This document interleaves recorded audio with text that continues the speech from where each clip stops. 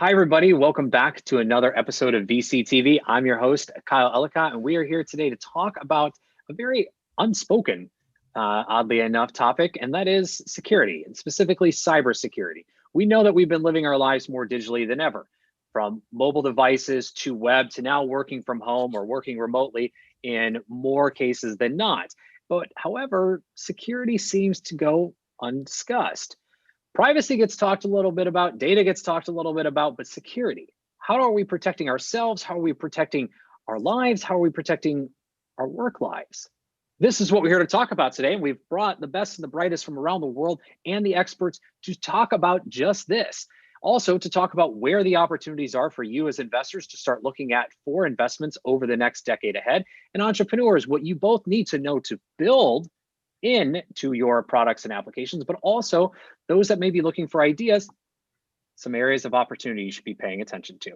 And with that, before we get started, a big thank you to you, our audience, for tuning in. If you're liking what you hear today, make sure you click that big subscribe button down there so you can tune into every episode all day, every day of VCTV, as we have hosts from around the world, just like you're going to meet here in just a moment, to share their thoughts and insights on different technologies, industries, and regions around the world. And if you'd like to be on a show like today as an investor, reach out. We'd love to find the right show for you to speak on, and great panel to join as well. And entrepreneurs, this is also an opportunity for you. We've got less than 45 days in this year here in 2020, but more importantly, we're heading into 2021. If you're out there fundraising, if you're out there wanting to share more about your product or service, get feedback, get exposure, reach out. We'd love to have you join us here on the virtual stage at VCTV to do just that. Get real-time feedback from us as investors and founders focused on your industry. Start building foundational relationships with each and every one of us, and get exposure to our live audience. Reach out to the team and or myself. We'd love to find the right spot for you. And with that, a big thank you to the LATOKEN team and to Maria for making VCTV possible every single day. I'm your host. Let's go ahead and get started. Introduce each and every one of our expert guests who have joined us to talk just on today's subject. First and foremost, Raghu, welcome back to the show. It's a pleasure. I know you live, breathe, and eat. You love this subject. But before we get into that, a little background and a little introduction, please. Greetings from Princeton, New Jersey. Thank you, Kyle and LATOKEN VCTV for having me. I really enjoy these panels. I think I learned more than, from the peers then. I think that's what I look forward to. Cybersecurity is my passion. I've got right now 3 investments that are going all in different levels. One is the kind of data vaccine, which is something that never gets talked about in this whole cybersecurity space. It's all about prevention or reaction. Not much about how do we prevent infection or otherwise. So one is in the OT security space. We talk a lot about IT. OT is also very important, operational technology. So, and then also deeper network security area and cloud security. So these are kind of the areas that I'm working in now. So. Wonderful, and welcome back to the show. Also, welcome back, Vadim. It's a pleasure to see you. A little intro, a little background for everybody, please. Yes, hi, my name is Vadim. I am in San Francisco right now. Still a few of us left here, if you can believe that. My background is very variegated. Worked at Lockheed Martin in the advanced technology labs there. Brought my research from grad school to help build the next generation of satellites and space systems. Interestingly enough, right after that, switched over to a few startups that we started with my partners, and eventually that grew into an accelerator for startups and into a venture fund, Monthly Ventures. And recently I've been more intrigued with something that I believe to be at the cusp of a lot of things that we talk about here at VCTV, which is financial services and cybersecurity and a lot of other interesting topics, and that is digital identity. So a lot of my time right now is devoted to digital identity, looking for interesting companies that are in this space, that contribute to the ecosystem and the industry in this space, as well as companies that are interested in consuming some of the services that we're working on within the industry. Wonderful. And DID, or decentralized identity, digital identity, is something we're definitely want to talk about today, because this is a rising topic. Also, facial recognition is something we're probably going to get into a little bit, or Face ID, which we'll hold for just a few more minutes. But Addy, welcome back to the show as well. It's a pleasure to have you. A little intro and a little background. Thank you, Vadim. Hey, hi, guys. So yeah, thanks for having me again.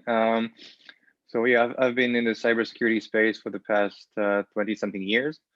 Founded 3 companies in the space, sold 3 companies in the space. Also spent some time with the acquiring companies, doing some work on the corp dev side. So I've also acquired a bunch of companies in this space. So a lot of buying and selling. I'm also recently investing a little bit, part of a fund called J Ventures. We invested in 3 cybersecurity companies to date, as well as companies in other spaces as well. And yeah, that's about it. Well, I'm sure we'll get into more details afterwards. Wonderful. Thank you. Lubna, welcome back to the show as well. A little intro and a little background. Hi, well, thank you. Hi, I'm Lubna Bajani. I'm really happy to be on this panel today. So I look at technology from a systems view. Some 6-7 years ago, I wrote a paper called The Alternate about it's my view on where we're going with technology when everything is connected, when all people, places, and products are connected and addressable, which obviously, and the call for where we're moving in as a society and your personal data and what that means to you and what role do you play in it. So naturally that led me to, as I'm a junkie for innovation and technology and how it applies up and down the stack, moving into security, and security is a big umbrella. It's a big, big word. It could mean anything from your physical security, your well-being security, your digital security. And even when we talk about your digital security, then it's up and down the stack of technology. So from the embedded all the way to the application. So we've talked from the cloud to the client and everywhere in between, and the protocols we might create. So I was the founding secretary of an alliance called the Open Trust Protocol Alliance, which created a lightweight messaging protocol, which is now called TEEP at IETF. I was strategy officer for a company called Interseed, and so on and so forth, and a lot in silicon and embedded technology. So around AI on relative to data, and in root of trust relative to the hardware and root keys. I'll stop. Wonderful. Wonderful. Welcome. And I'm excited to also dive into a little deeper of a topic around cybernetics as we start to get ourselves a little bit more connected internally, how security and specifically cybersecurity will play a role in that. So get ready. We'll be back on that topic. But last but not least, Grandmaster of Artificial Intelligence, the one and only Gary Fowler. Welcome back to the show. A little intro, a little background. Well, can you hear me, Kyle? Can you hear me? I can hear you. Yes. Yeah. Sorry about that. I actually I just got a notice that I was quoted in the U.S. government journal on my position on quantum computing and AI. So it was I was a little awestruck there for a second. So it couldn't come at a better time, right? Congratulations. So anyhow, my name's Gary Fowler. I'm a serial entrepreneur. Thank you, Kyle. And I've done 16 companies. I've been involved in 2 unicorns, Click Software, which is a company that was started in Haifa, Israel, brought to the US. I was on the original management team, sold for Salesforce for $1.3 billion plus, and also Eva.ai, a company I started 4 years ago with David Yang. So love AI. AI is a new electricity. Last week, I actually did a cybersecurity podcast with the former chief security officer at Apple and one of the persons from the White House and one of the top persons in U.S. government for 4 administrations on cybersecurity. So it's near and dear to the heart, and I love it. I am the CEO and co-founder of Get Shit Done Venture Studios. We curate AI companies from around the world using Silicon Valley as a port to the rest of the world to take them out. And I also invest. We have a $100 million fund we're creating today out of Atlanta, Georgia. It's an impact fund. I started a $10 million seed fund, and also some of our private money, which is fully deployed with a couple of billionaire friends. I'm the poor guy in the group, but it's good to have friends like that. I get the breadcrumbs. Well, welcome everybody. Thank you so much. And speaking of breadcrumbs, it's a perfect lead into today's topic. As when it comes to security, one of the things that we don't know we do, but we do leave breadcrumbs and traces of everything we do and everywhere we go.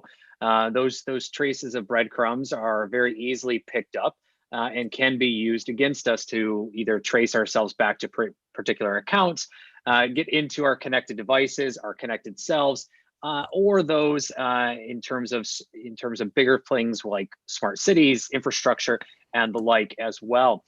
So we'd love to hear from each of you with that really entertaining segue. I would love to hear from each of you what you're seeing as the current state of security, of cybersecurity, because this is now the dawn of this new era. To quote Mr. Gary Fowler, we are going into a more connected world. The previous 10 years really were the beginnings and the testing of this, from connected devices to smart devices to more mobile usage and more web applications, and really just living our lives more digitally.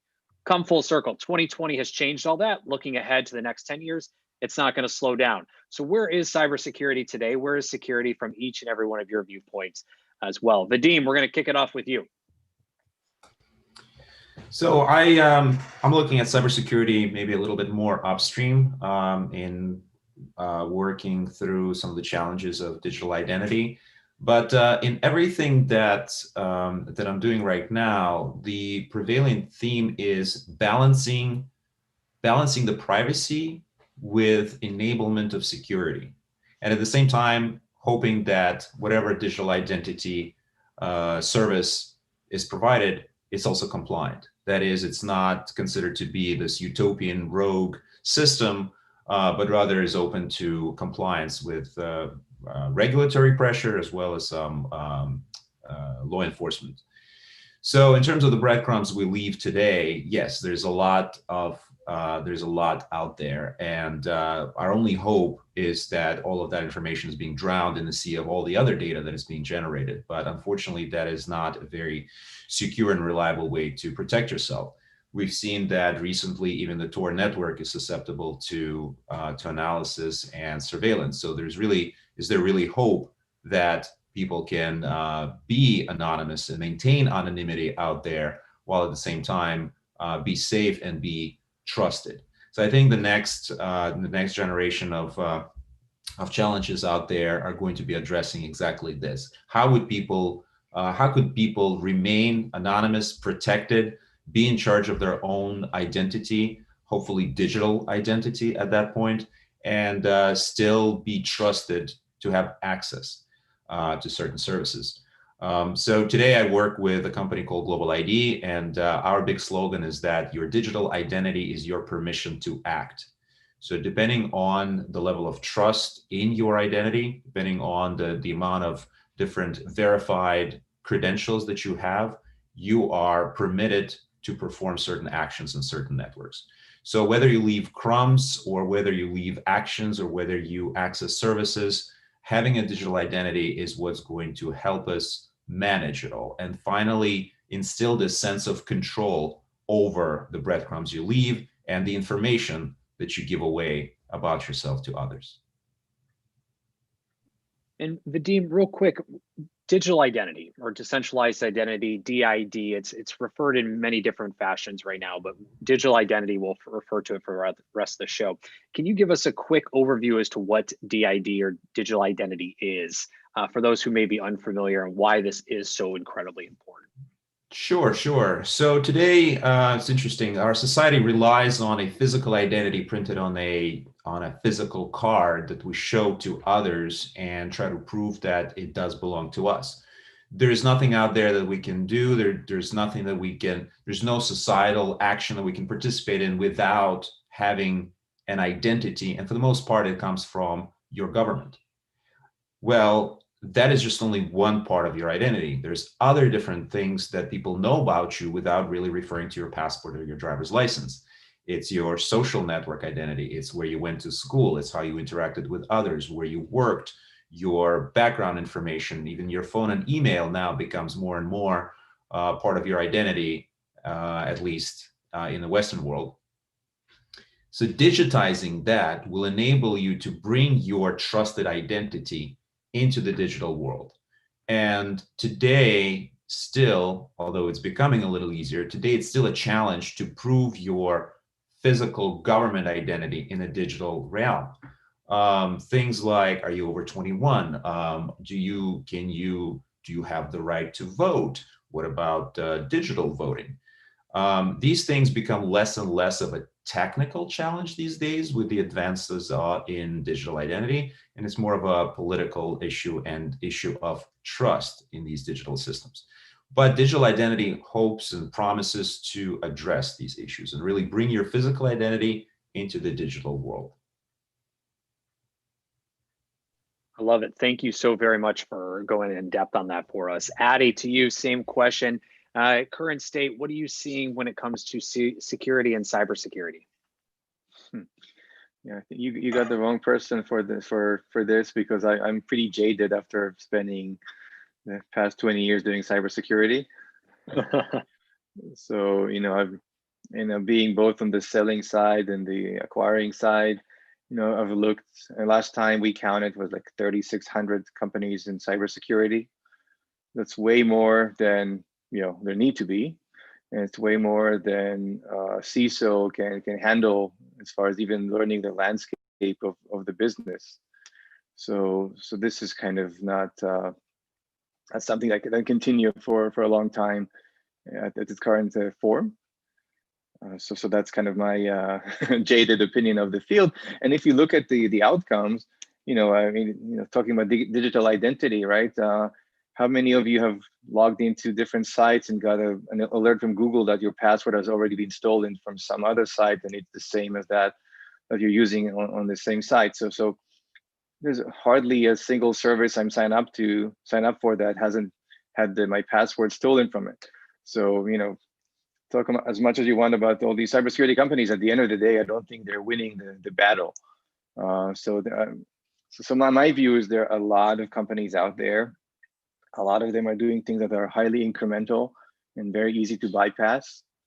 So I guess I've been part of that market as well. But I'm looking for kind of what's the next thing to do that's more meaningful. And I'm not saying everybody's like that, but there's a great number of companies that don't bring a lot of meaningful value. I think you're talking about identity. I think identity is the core of what should be done, how things should be, and what things should be based on. Definitely. I see a big trend, which is the movement to the cloud, whether it's securing the cloud or managing security from the cloud, kind of, converging the cloud and cybersecurity. So that's something big that's going as well. And I guess a big trend that you'll hear, I think last year's RSA conference, that was the biggest buzzword. If you analyze all the talks and the keywords that pop up the most, that was zero trust. So I think zero trust is the big buzzword now. But again, like anything in security, we have about 300 vendors saying they do zero trust, and everybody means something else. So the word is highly overloaded. So yeah, I think there's future in identity, zero trust, moving to the cloud. It's just a matter of going past the hype and the terminology, and then finding some companies who really solve the problem in something that's more meaningful and not incremental. Well, and it's time for this to not be a buzzword, right? It's time for this not to be passed aside. And Raghu's shaking his head. He's ready for this. He's ready for his moment here. This is time. This is time for this no longer to just be a buzzword we're tossing around in a meeting. This is something that's actually serious and needs to be happening immediately. It's already late in most cases if you haven't been thinking about it. Even identity, digital identity, looking at our digital lives. I mean, this is something we should be already putting in place in today's applications. And Raghu, with that, I want to thank you, Addy. Raghu, I want to transition over to you. I'm going to let you go. You already know the questions, so just go for it. Tell us what you're seeing. Oh, I think Adi set me up very well. I shouldn't be jaded about it. I agree. There's a lot of a lot of buzzwords there, but I think it's what is needed is like a different, like a blue ocean look at this, because I used to teach blue ocean strategy to a lot of my peer groups. What we have is most of the things are, as I said, either preventive stuff or reactive stuff after incident or breach happens, right? What we need is like the vaccine, where even if you're exposed, the system is breached, the data is not breached, right? That's that approach. Somehow nobody's even talking about it, let alone doing stuff about it. So that's the focus of my a lot of my investments. There's a company called Splitbyte, which we are just about to launch. The product is ready. We're doing some pilots. Basically, it's kind of like using the cloud, which is now public infrastructure is there. They take the data and then bury it into the cloud. It's called distributed secret sharing. So it doesn't matter if any individual site is hacked, even the system is hacked. All they have is random numbers. There's not even really data out there because they have kind of done a keyless encryption. So it doesn't matter. There is redundancy. It's 3 out of 5 or 5 out of 7, whatever it is. So even if your insider threat is gone, stuff like encryption, encryption threats like ransomware, you can take that particular site that is infected out of your equation and continue to operate. So this works for privacy as well, because once you bury it into the cloud, when you need to pull it out, you can have an ombudsman look at it to see if it's legitimate reason you're pulling it out. So it solves the privacy retention issue. It solves the insider threat issue. It solves the quantum proofing issue, because we are distributing it and it's not in one. There's no single place where they can go to hit on it. So I think that this is the kind of the blue ocean area which everybody should be looking at. Thank you, Raghu. Lubna, same question. Current state, what are you seeing? I really like what you said, Raghu. I'm very interested in having some more conversation about that. That is awesome, actually. I think about that myself as what I usually say.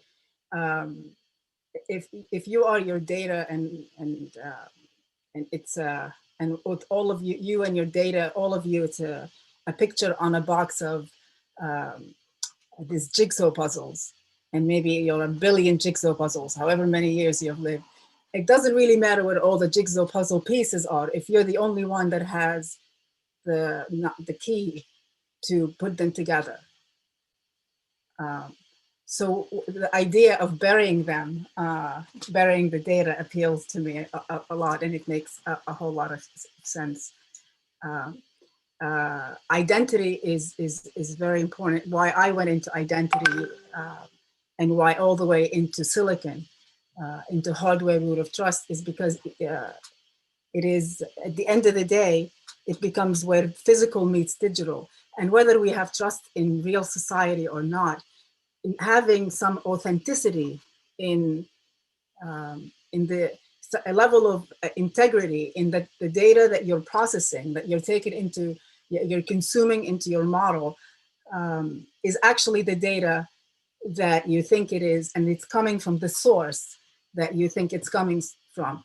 So you have to apply security. It's a stack, so to establish that, to have trust in that exchange, you have to have trust across all the layers, of that value chain, all the links, and it's from silicon through service delivery. So it's in the silicon, it's in the network, it's in the transmission, and you can layer it how secure you need it to be, depending on how much you want it to be shared and how open or secret it is. And so I think the topics of identity and digital identity are really important. And obviously, the Sovereign Foundation and a lot of the work that we're doing in digital identity and personal data, or the IEEE 7012 work, and Me2B, and there are lots of industry initiatives and standards around these topics. But there's an absolute place for digital identity and self-sovereign identity and verifiable claims, and a lot of work in all that work, good work at the W3C and the privacy interest groups. It's very important because who we are is highly dependent, our physical well-being is highly dependent on our digital well-being, because if you're digitally compromised, forget it. Stop and think. If suddenly your identity, all your records are pointing to someone else, and you have some criminal record, and your fingerprints are pointing to someone else's record, and he happens to be a serial killer, and so on and so forth. So you're guilty until proven innocent, and our quality of lives highly depends. So it's very important, and it's important work, and it's important because not only because it's a place to make money as investors, it's a place to affect the quality of life as we move forward. So it's important work. Yay. Mm-hmm. Sorry, yes. For kind of a somber, but yeah, it's up and down the stack innovation. So, but I love what you're doing. I want to learn more about it. I mean, you've got shaking heads all around right now. Everyone's agreeing with you. This is very important. It's not an exciting topic to talk about. It shouldn't be that happy. It should be something that we are concerned about. And it's something that should put a little oomph in our step when we are building applications, we're building companies, and something that should, again, be a part of that conversation and plan, not just in passing. So, and I mean, Lubna, you've got something. We're coming back to that. We're coming back to it. Gary, current state, what are you seeing? I mean, the situation is, Kyle, you know, again, I'm a country boy from Pennsylvania, so grew up in a little village on the side of a mountain. So I take things, it's very simple. So look at where we are today. And I can tell you some direct, from a cybersecurity standpoint, some direct instances on my side. You know, I've got an AOL account. I have a Hotmail account. I didn't even think about my AOL account, right? I just don't use it. It's if you send an AOL mail to somebody, they think, something's going on here. Where are you coming from? But what I did do is I had my tax documents in there and I had my driver's license. Somebody hacked my account and stole my identity. They applied for a new social security card, used my driver's license to get credit card, ran up $40,000 in bills, mortgages, all kinds of things. So I can tell you my own experience. Now, I never thought about it that I had, you know, 12 years ago had sent stuff out, my taxes, to my accountant because we didn't think about the threats. But let me tell you, they're real. I had to hire a cybersecurity consultant to come in and get my stuff off the dark web, you know, scrape stuff around to get it out. So these problems face us all. Now, the challenge we have is that the immense amount of data that we have today, and I've said this many times, the data is increasing. The amount of data in the world is increasing at about 61 to 62% per year. And all of our personal clouds, we have about 300,000 items. The entire web in 1996 was 257,000 websites. The number doubles every year. In 5 years, we'll have 10 million items. Think about it today. Where all of us, right? You're going through Google, when somebody says, use your Facebook account to log in, you're doing it. I mean, so again, keep it simple. So if I'm a smart hacker, cybersecurity person that wants to go in on the dark side of it, I can build some AI to be able to go out and grab information, right? This is like simple. So we didn't understand the problem we had until we have it. Now the situation with the increase of the cloud, right? Corporations using the cloud. Now, I mean, again, keep it simple. If we got all that data out there, we've got the cloud, we've got some incredible semi-supervised and unsupervised AI that can grab a lot of things. Then we got crazy phishing schemes that come out and, you know, hey, I'm your Aetna health insurance. You need to log in with your social security number to get and I don't want to give people ideas, but to get to your insurance account. I mean, guess what? It happens a lot. So you got to be vigilant. I just did a panel last week. The former chief, I sent a link to it, with a former chief security officer, Apple and eBay, and one of the top persons from the State Department who worked in the White House for 4 presidents' terms last week. This was a topic.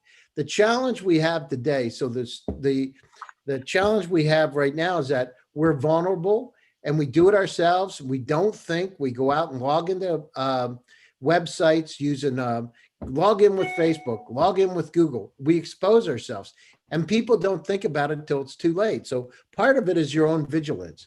The other side of the coin, and I just, as I said, Kyle, I just looked and I was quoted in a government journal recently. I wrote about quantum computing and artificial intelligence.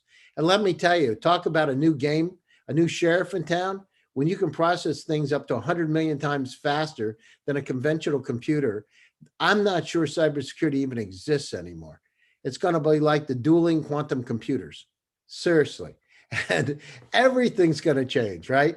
So, and then think about the vulnerabilities we have, right? We got exposed grids, electrical grids. We've got our own personal information that's at risk.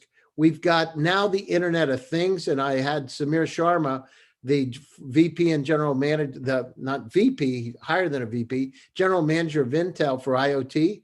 And we were talking about IoT and the growth of IoT. Think about it. I mean, somebody hacks in that can control your refrigerator, your car, your house, your place of work. So, I mean, we've got vulnerabilities, but vigilance is number one.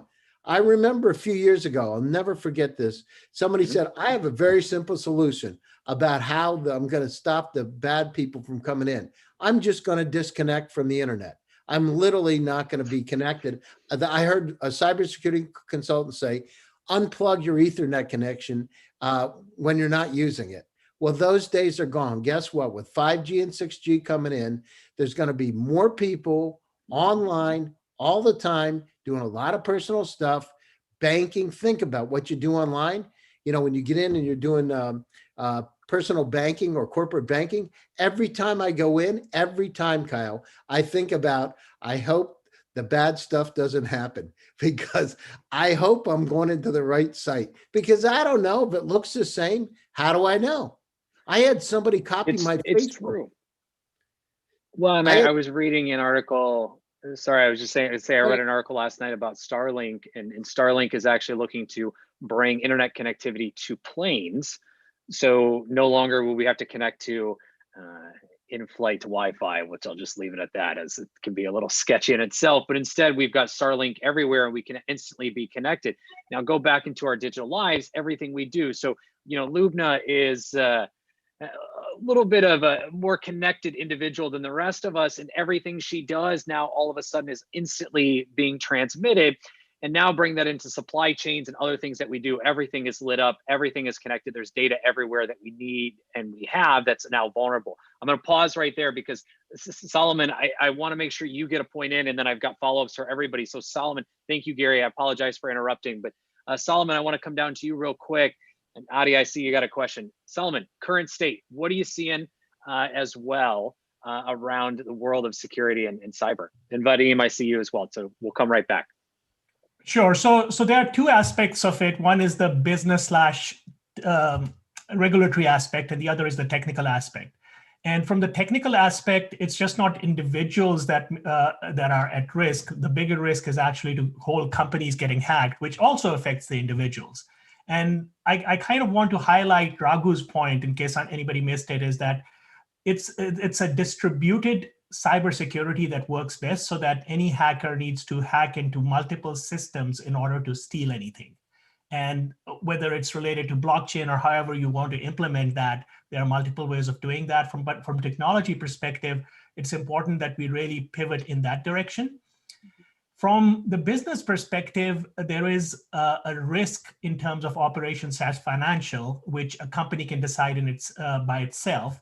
And it takes major investments, especially for larger corporations, to really not just have cybersecurity, but test out how good their cybersecurity is. But there is another point that I want to kind of highlight, which is the regulatory aspect from different countries and different regions, like European Union versus United States. And there's for example, there's an important difference in just the way we approach things in America compared to Europe. There is a concept of right to be forgotten, which basically comes from World War II, that we really don't think about, where in European countries, they're very conscious that each individual has the right to remain anonymous, to be forgotten. So just tackling the regulatory aspects for bigger companies is a huge expense. It's millions and millions of dollars.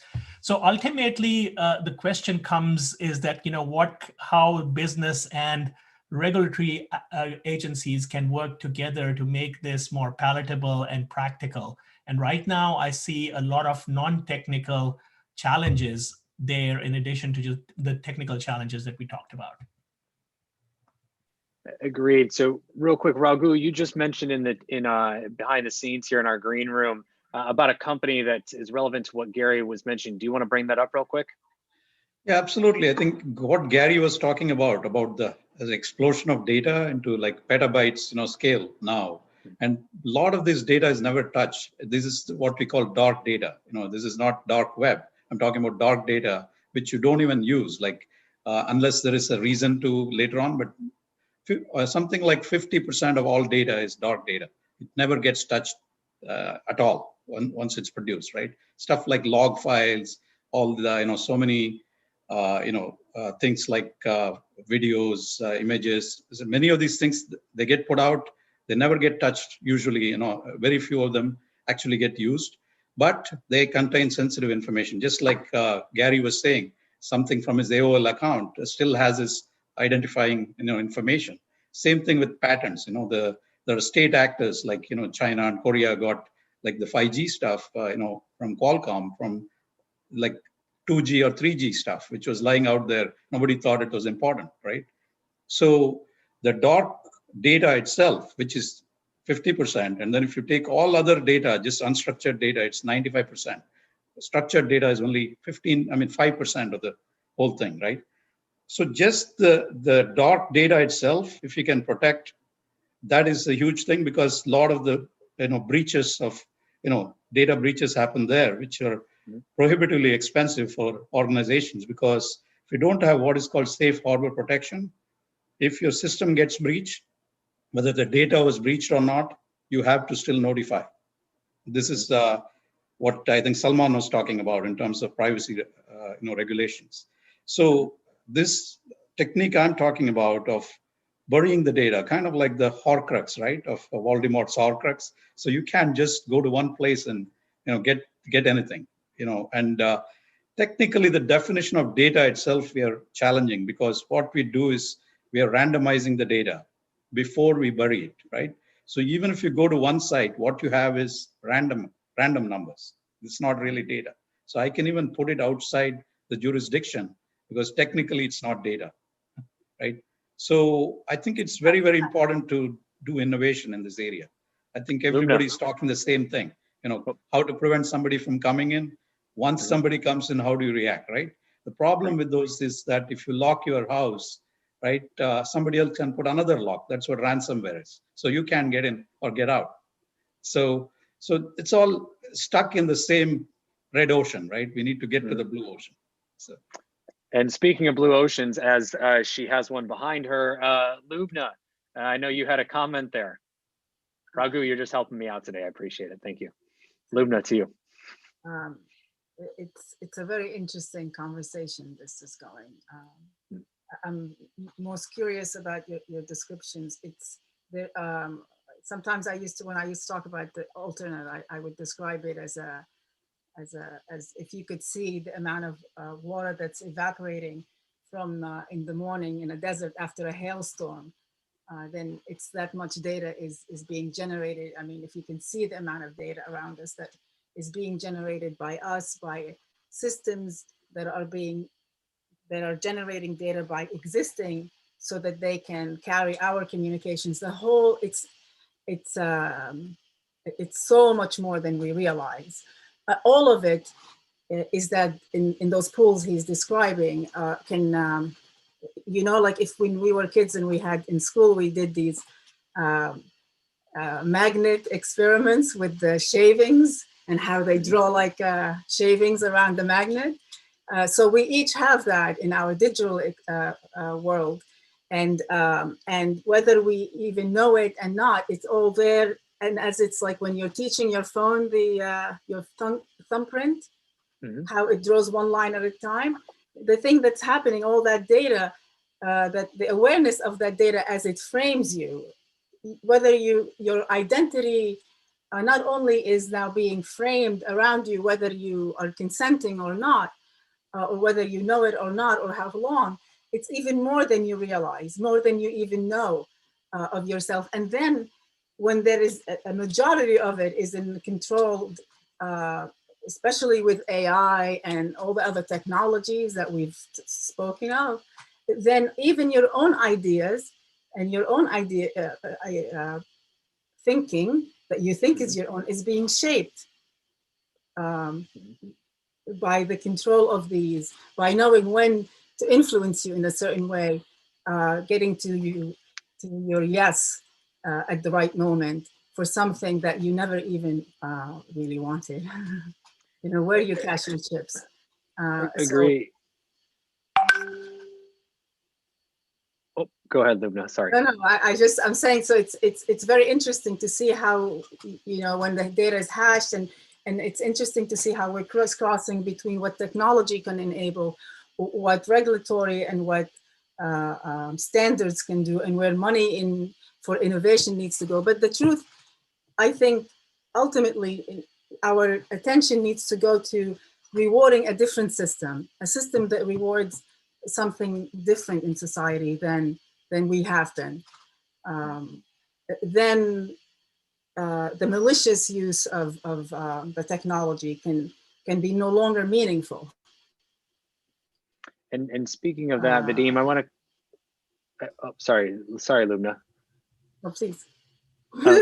So speaking of that, Vadim, I want to come back to you around the end of that point Lubna made, and talk a little bit about financial services. I mean, this is a big effort that you're focused on right now, and how does, you know, cybersecurity, but also more so identity, play a role in the future of financial services as it's appearing? And I actually just read a quote that the upcoming Super Bowl for 2021 will be cashless, and the ATMs are actually going to be pushing out gift cards versus cash, which will be fascinating to see how that actually plays out in Tampa.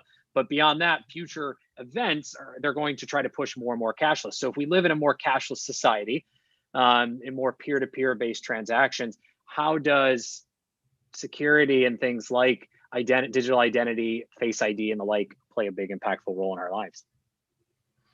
So yes, so to kind of resonate with all the other speakers, it is true that when we think about cybersecurity, the first thing that comes to mind is financial services, which we're afraid that cybersecurity should be addressing, and this is where we are the most vulnerable. And I will totally agree with that. Based on the research that I've done, your government IDs, the digitized versions of your government IDs are out there. It's not a matter of you know, whether it's going to happen. It's just a matter of time when our information will be used against us to do something very adverse. So my advice to all of the panelists and all of the viewers right now is that the efforts to protect yourself are kind of futile at this point, I would say, until we reach that next level of what we call cybersecurity. The only hope is really monitoring your financial services and knowing when an attacker does something. And that is the only hope to protect yourself in the long run, because saving different passwords, okay, better than nothing, still not good enough. Using your SIM card for 2FA, better than nothing, but still not good enough. Until the time when we can present truly trusted identity to access financial services and prove who we are, until then, our best course of defense is to monitor our financial services. And yes, we're moving into the cashless society, and I think that the underlying security technologies are a little bit behind, but I think it's a forcing function for everybody to think about what it means in the future to become a cashless society and become a trusted society. I think Bitcoin was kind of like this this flagship, the banner that was waving out there, saying that there is a way to at least provide a trusted transaction. But as we've seen, trusted transaction without identity, without understanding who's behind that transaction, is still vulnerable to a lot of attacks. So digital identity, that permission to act, that permission to access financial services based on not just one or two or three factor authentication, but rather an established trust in your identity that is tied to your person, not any particular device. I think that is going to be the future in addressing these security concerns. And with that being said, I want to come around for areas of opportunity. And thank you, Vadim, because we've talked about so much of what's going on and where currently things are, but going forward, looking at this next decade ahead, whether it's a cashless society, we're more connected, we're cybernetics in ourselves, what that looks like, how and where are those opportunities that we should be paying attention to, both as investors and founders over the next few years, and really, again, this decade ahead of us. And Adi, I'd like to start with you. Where are you seeing the areas of opportunity that people should be focusing on? All right. Just a small note about all this technology talk. I think the difficulty with cybersecurity, and the reason a lot of it doesn't quite work, is that there's the human factor there. So we can have an amazing distributed ledger or distributed linear equation representing where our data is. The problem is that you can log in as me, impersonate me, and get it. So the problem is not so much that the technology is not there. It's how it's used, and it's in the peripheral where the problem lies. And if you go back to like World War II, and I think World War I even, the most ideal encryption was one-time pad or OTP, which is theoretically perfect. Only the problem is if you somehow use it twice, then it's useless. So it's not about the technology, it's about kind of the edges of the usage and how you make it simple enough for people not to get it wrong, which is incredibly difficult because people will always find a way to mess it up. So that, I think that's in thinking about other opportunities, it needs to be something that's manageable by the end users. It cannot be something that's prohibitive or too difficult, because people will find ways around it. So I think that's one principle you have to follow. As far as the directions, as I mentioned before, I think going to the cloud, so either securing hybrid networks or using the cloud for the purpose of managing the security is definitely a big topic right now. That's trending. Identity, I agree with you guys, is the core of things.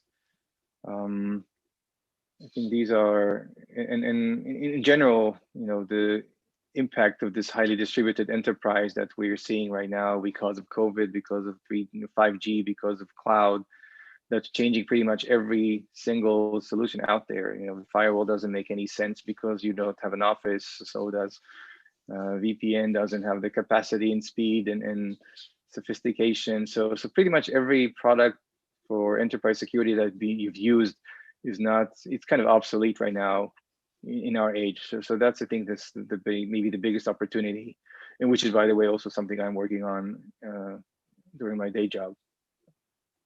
Wonderful, thank you. Raghu, areas of opportunity. Yeah, I think, one is, of course, this whole dark and unused data, right? Sensitive data, but people don't perceive it as sensitive because it's kind of lying out there. It's dated.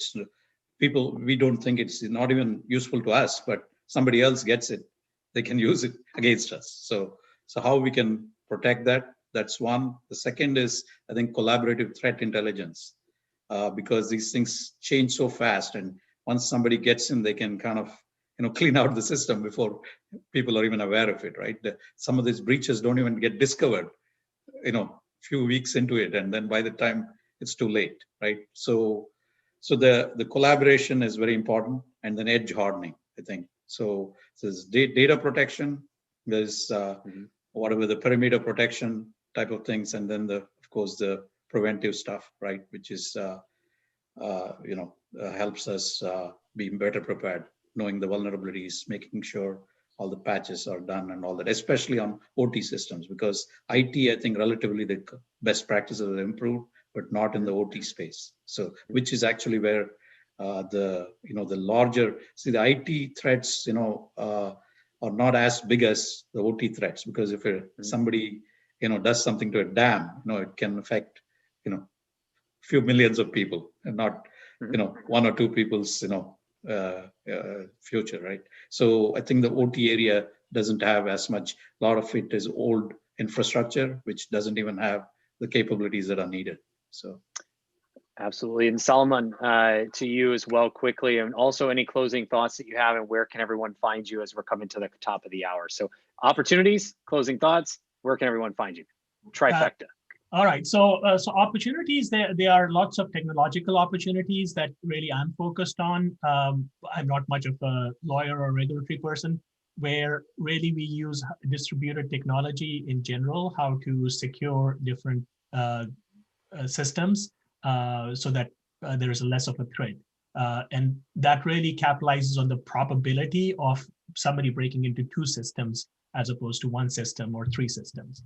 And in terms of threats, I just feel that, there is it's like a cat and mouse game, that there is always is it a cat and mouse game? It is a better mousetrap game, right? Where there is a constant threat, where hackers are getting more and more sophisticated. And we really need to be cognizant of that before we put sensitive data there. Where to find me?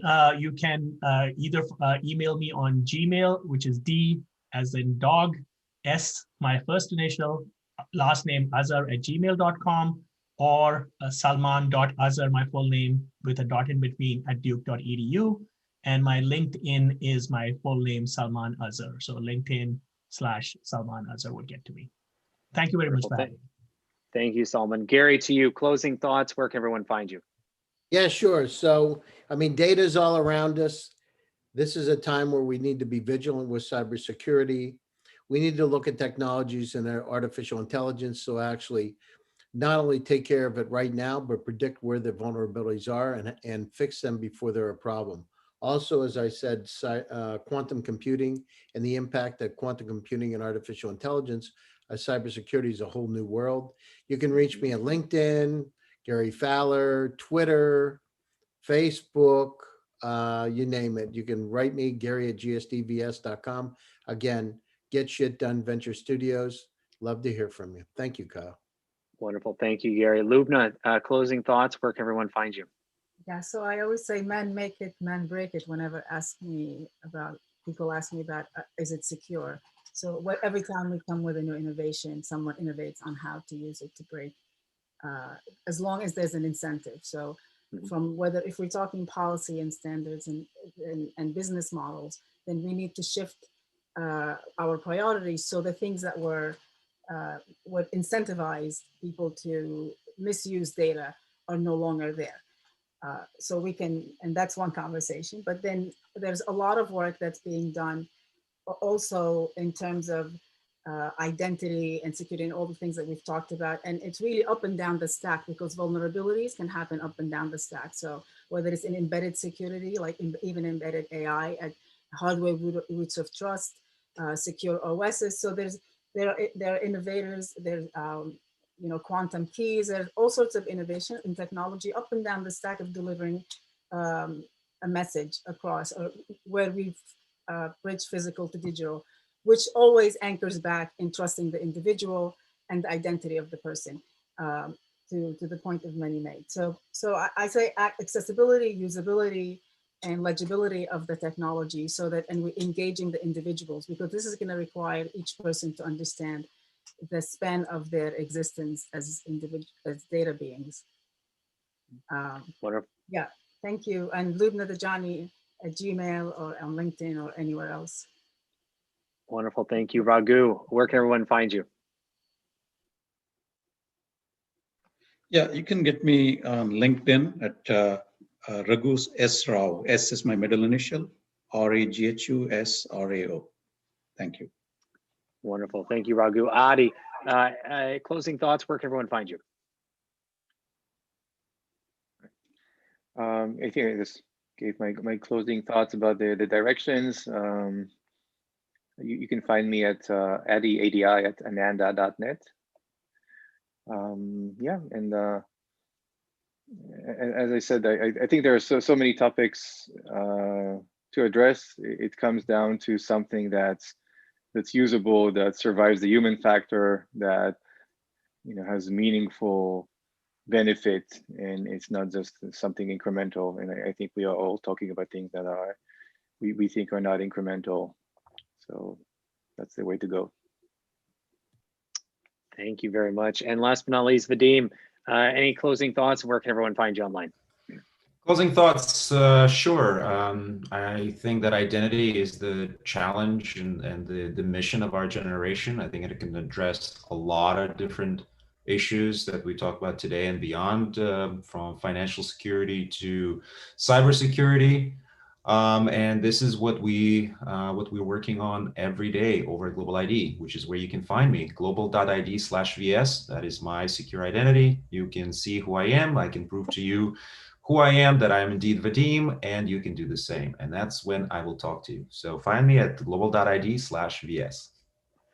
Wonderful. Thank you all so very much again for your time, for your thoughts, for your insights, and for sharing everything about today's topic, as it is important. We could have continued this episode for another hour, as there was so much more to talk about. And we will have all of you back and this topic back as well over the coming weeks, because it is so important as we wrap up this year and head into, again, next year, but also this decade of this digital transformation and digitization all at once so rapidly as well. So again, thank you all.